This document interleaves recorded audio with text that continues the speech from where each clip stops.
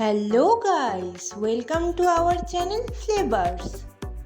আজকে আমি আপনাদের তৈরি করে দেখাবো বাহারি দম আলুর রেসিপি। তো চলুন দেখা যাক বাহারি দম আলু বানাতে আমাদের কি কি উপকরণ লাগছে। প্রথমেই লাগছে বড় বড় করে কেটে রাখা আলু, আদা, টমেটো, কাঁচা লঙ্কা সব কিছু একসাথে বেটে নিয়েছি। এখানে নিয়েছি টক দই, বাদাম আর চাল মগজ একসাথে ভিজিয়ে বেটে নিয়েছি। হলুদ আর লবণ জলে গুলে রেখেছি। ফোড়নে লাগছে গোটা গরম মশলা, তেজপাতা, শুকনো লঙ্কা। এখানে নিয়েছি কিছু গোটা মশলা, মৌরি, ধনে, জিরে। গোটা গরম মশলার মধ্যে নিয়েছি দারচিনি, লবঙ্গ, এলাচ, গোলমরিচ, স্টার আনিস, জায়ফল, জয়িত্রী। এগুলোকে শুকনো খোলায় ভেজে গুঁড়ো করে নেব।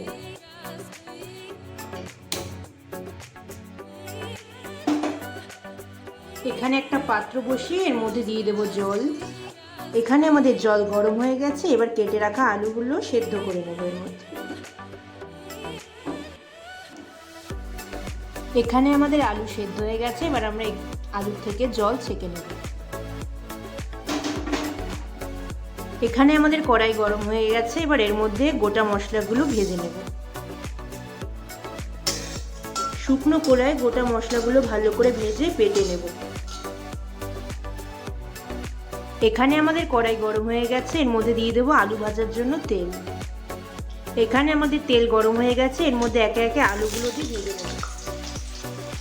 আমরা আলুগুলোকে লাল লাল করে ভেজে তুলে নেব। এখানে আমাদের আলু ভাজা হয়ে গেছে, একে একে সব কটাই। আলু ভাজা তেলের মধ্যেই ফোড়নে দিয়ে দেবো গোটা গরম মশলা, তেজপাতা, শুকনো লঙ্কা। দিয়ে দেবো বেটে রাখা আদা, টমেটো, কাঁচা লঙ্কা। দিয়ে দেবো গুলে রাখা হলুদ আর লঙ্কার গুঁড়ো। সব কিছুকে একসাথে ভালোভাবে মিশিয়ে নেব।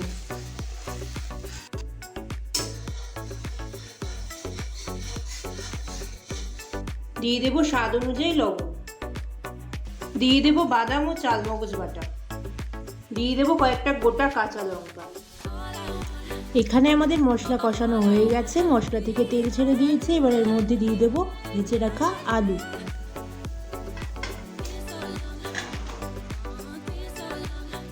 আলুর সাথে মশলাটা ভালোভাবে মিশিয়ে নেব।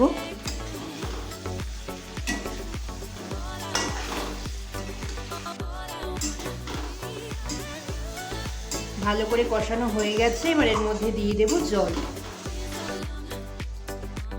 গরম করে রাখা জল।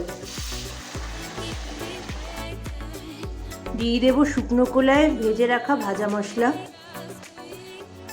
এখানে আমাদের আলুর দম তৈরি হয়ে গেছে, এবার এটা আমরা পরিবেশন করে নেব।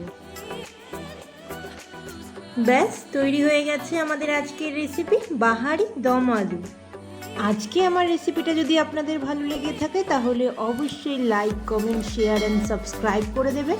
আজকের মতো ভিডিওটা এখানে শেষ করছি। দেখা হবে আগামীকাল নতুন পর্বে নতুন একটা রেসিপি নিয়ে।